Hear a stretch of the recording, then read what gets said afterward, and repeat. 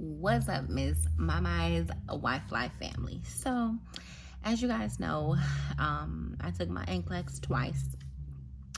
I took it in July of 2020 and I failed. It was a lot of content on there that, let me go backwards. Well, first off, I graduated in 2020. January of 2020, and I waited for about almost 7 months. Life happened, a couple things happened between, just, things just happen. And so I didn't get a chance to schedule until July of 2020. And of course, it was right after COVID. Everything happened, and that was that. But I would say that the good thing was it gave me a lot of time to practice for the Nclex. I used Saunders, I used Mark Klimek, his audio. I made my own, well, there's nothing on these ones, but made my own index cards. I even had the big ones, and I just put stuff on there, which, different diseases, definitely pharmacology, pediatrics. That was, I think, my whole focus was pediatrics. And of course, I don't think that was my strong suit, but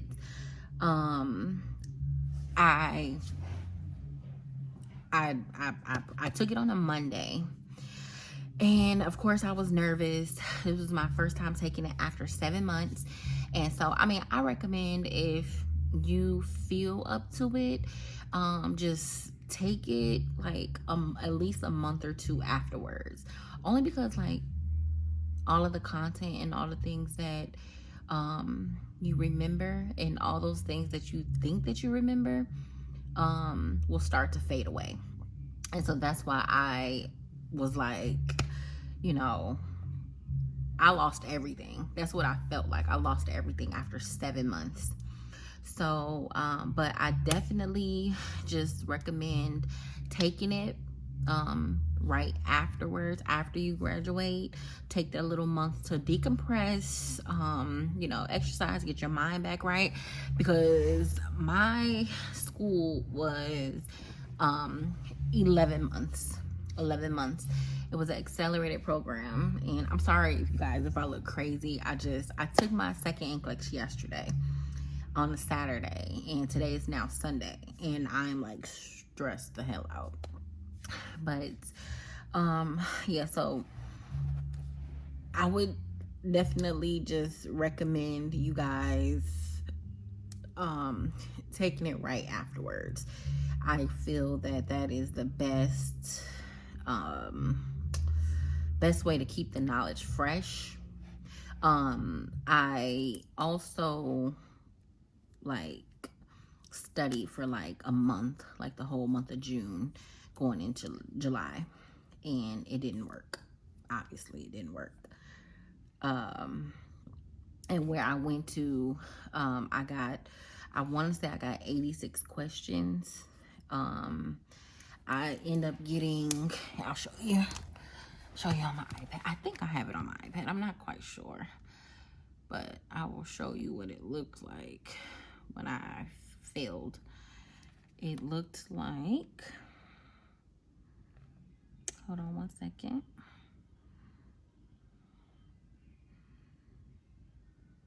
Give me 1 second, please, you guys.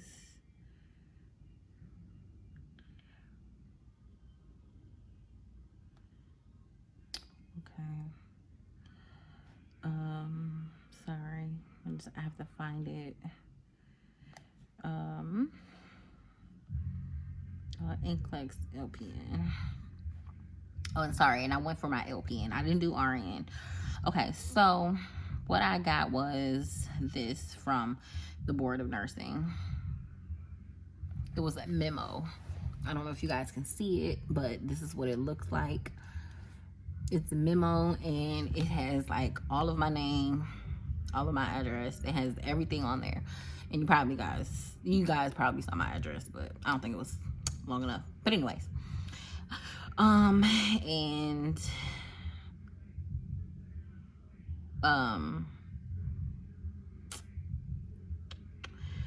yeah, so it tells you what you, it doesn't tell you what you missed, but it gives you an extra breakdown. And it also, like, you have to take your mug shot, and it looks like you're like in jail. This is what it looks like right here. I'm covering up my address, which I probably already showed, but and then it has on here, it says that Maya, the Nclex examination applicant for Virginia Board of Nursing, has not passed the National Council licensure examination for practical nurses. So, and it also tells you that it says the Nclex examination is a computerized adaptive test that administers test items until a precise pass or fail decision can be made. On the Nclex PN examination, no candidate is administered fewer than 60 items or more than 130 items. I answered 86. So, and it says some candidates get the maximum of 130. So this was the one that that I did, and this one was the 130 minimum 60.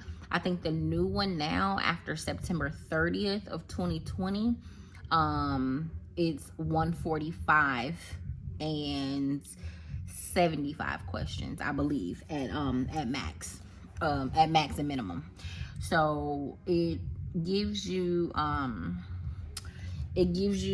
kind of like your pass and fail, not pass and fail, but it just tells you about like what it tests you on. Coordinated care, I was below the standard. Safety and infection, I was near the standard passing. And then health and promotion, I was below. So I had 3 things I was below in. Above the passing was psychosocial integrity, which was 9 to 15% of the test, which was probably a pretty good chunk. Coordinated care was 18 to 24% of the chunk of the test. So, and that is collaborates with healthcare team members, facilitate effective client care. So with that being said, all the ones that I was below in and near, that's what I focused on. I was able to log in on my my school page that I had for testing in my Big Saunders book. And with that, what I did was I logged in and I went to these areas that I was very, very shallow in, or that where I was below in. And from there, I just focused on that. And it kind of tells you, related content includes, but not limited to, assisted devices, elimination, mobility, immobility, non-pharmacological comfort measures. So it gives you kind of like the sub area of where you need to look and study. So that's what I did. So I couldn't retest till like 45 days. And I was definitely devastated. I was so devastated. I was hurt. And I've been a tech for like 15 years.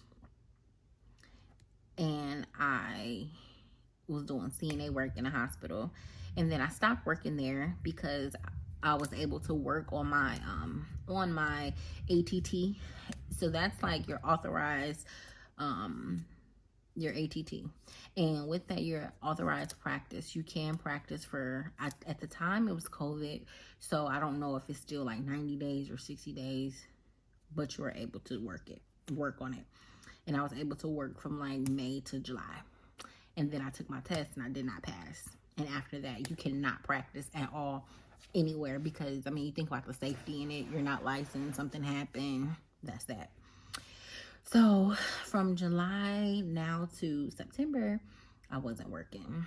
And I think that that was like the worst part of the whole thing, because like my husband is like in the military, and of course all the bills and everything has to go like on him. So at that point, that's where I kind of was like, I need to get back on my shit and I have to focus. And again, after 45 days, which I think it was more like 2 months almost, yeah, like 50 something days, honestly, because you have to stay on the state board. You have to call them, you have to call Pearson View. And oh, and let me go back. And at that time, sorry, after I had failed, I got home, and I tried to do the Pearson View trick. I didn't know what the Pearson View trick was. I had to YouTube it and figure it out for myself, you know. But obviously, I put all of my real information in, and the payment went through. It went completely through. And it gave me like a confirmation email saying that, let me see, the confirmation email, this was July 6th. That was April.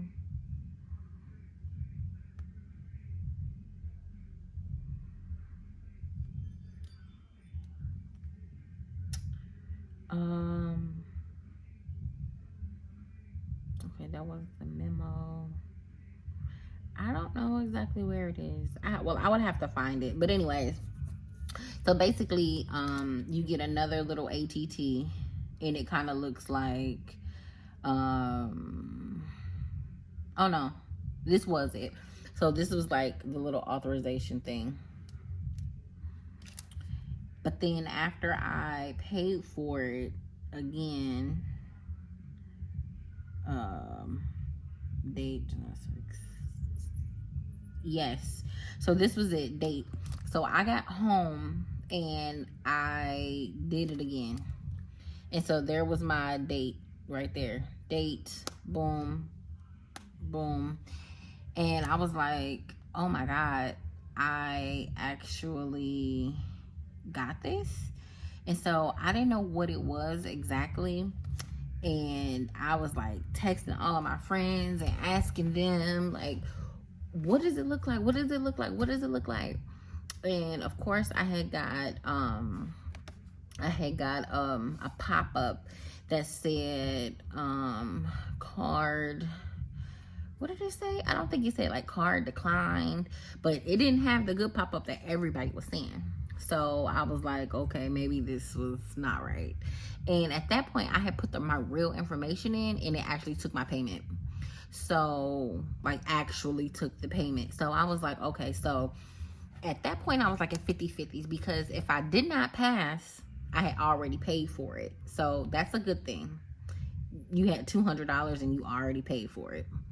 But if you did not, if you did pass, I don't know if it takes the money or not. I know it's non-refundable, so I am not quite sure if it takes the money or not. But at that point, it was July 6th on a Monday, so I was so nervous. I didn't know what to expect. It was just crazy. And I just was like, I don't even really know if I passed. I don't know if I failed. And at that point, I wasn't for sure. I didn't feel like I passed. I was really like down on myself. I just was really anxious, and I know that I did not pass. So some time went by. I slept on it, woke up the next freaking morning, and I had to go and do a couple things. And so I got an email from the State Board of Nursing saying that I failed. And that was the picture that I showed you earlier. That was the memo. I got it literally the next day. So with that, I was like, okay. I cried like a baby. It was probably horrible. I felt like my heart was snatched out. And I mean, I'm only telling you guys this because it's the real. This You know, it's something that you wanted for a long time, and all of a sudden, it's like, what the hell, you know? So, you know, I don't know. Just good luck to everybody that's out there that's like getting it, you know. But I always said, if you want something so much, you'll work for it. You know, you will definitely put in work to do what you have to do. So, so yeah, I got the memo, and me and my husband, I cried to him. And, you know, of course, you have to have a really good support system, if that makes any sense. And that's just with everybody. I mean, whether it's family, whether it's friends, you know, just anybody that's in your circle that's rooting for you. You know what I'm saying? Like, anybody that's rooting for you, I definitely would recommend keeping them by your side, because, you know, of course, you're gonna have haters, you're gonna have those ones, you already know. But yeah, so we're gonna fast forward to early September. So early September, August, of course, since I had paid for it already. So the $100 and like, I don't know, is $190, I think, for the registration, for the application. So you don't have to you don't have to send the application, the fee again. You have to send a $50 fee, and you have to get like a money order, and you send that to the treasurer, and you just send that. And once they receive the application for a retest, then they submit that to the board. And when they do that, then that's like saying that you reapply. So they send that to the board of nursing, and then the board of nursing will now send you the ATT. And once you get your ATT, then once you get the ATT, then you can schedule your test date. So it kind of is like a little, you know, a schedule of things that you have to do first. And if you had already took your drug test, and if you already took your fingerprints within a year of the testing. So mine was in July, and I retest again the same year, like a couple months later. So it was okay. You don't have to repay for none of that again. But it's year to date, and it tells you all that on the application. So so I got my ATT, and I scheduled the first one. I scheduled it in early September. And the first one that I got was October 3rd, which was yesterday. And so so the first one, on the first test, I didn't have the Mark Clinic. I just had my book, and I just had everything that I had from school. I didn't have it. But once I failed, my friends and everybody that did have the Mark Clinic audio, they sent it to me. So I started studying that, and I definitely recommend listening to that. If you don't have it, just send me your email in my link, and I will definitely send it to you. Just let me know that you got it, that you got this video from YouTube. Yeah. So, but I scheduled it. I took it yesterday, and again, I studied the Mark Clinic. I studied my Saunders book. And now I did buy UWorld, and I did buy Archer. UWorld was okay. It definitely has the same look as the Nclex. It's just like a white screen with questions. That's it. Like, there's nothing special about it. UWorld has like the same look to it, but of course you can get your rationales and your strategy. You can get all of that, and it lets you know, everything, the reason why. And it really breaks down a lot of information. But so I bought that, and I bought like 1 month. So I bought it from August to September, I think, and it expired because that shit was expensive. But I bought Archer Review, and Archer Review was like 60 days. So I got that in July. So July, August, September, and I think it just expired in October. So I was good. I'm sorry. It expired July, August, September. So sometime in September. So I had both of them, U World and Archer. U World did allow you to have like a review test, and I think it gives you 3 or 4 hours also, just like the Nclex. It mimics that. And once you're done, you submit it, and then you go to your like your analytics, and it tells you about like what percentile, high, low, or this or that. And my first one, I got like 67 percentile of passing, and it was okay. It wasn't like super bad. But again, those are just like analytics. You can't really go off of that because sometimes it's not the same content of what of what you learned or what you know. I will tell you this, that I would definitely focus on like your peds, like different tractions, different diseases, like like Meniere's disease, or all those diseases. There's more. My brain is like so fogged right now, but I definitely would recommend those. And so that's what I did. I just focused on all of those, and I got a lot of those on my test. So yeah, but to fast forward again, I got home, and I took the test, and so now I'm in the new session, like, which is the one in October, because I met after September 30th.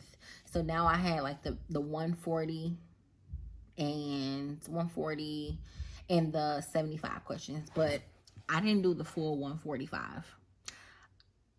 I'm sure that I did 75 questions. I don't even know. Mine shut off at like 111. Like, I don't really understand that. But there was like this other little thing that was in there where you kind of do like a survey or something. Not a survey. It was like something. It stopped me at like 60 something questions. And maybe that was my extra like 15, 20 questions. I don't, honestly, I don't even know. So it was like 2 hours after my break, about 10 something or so.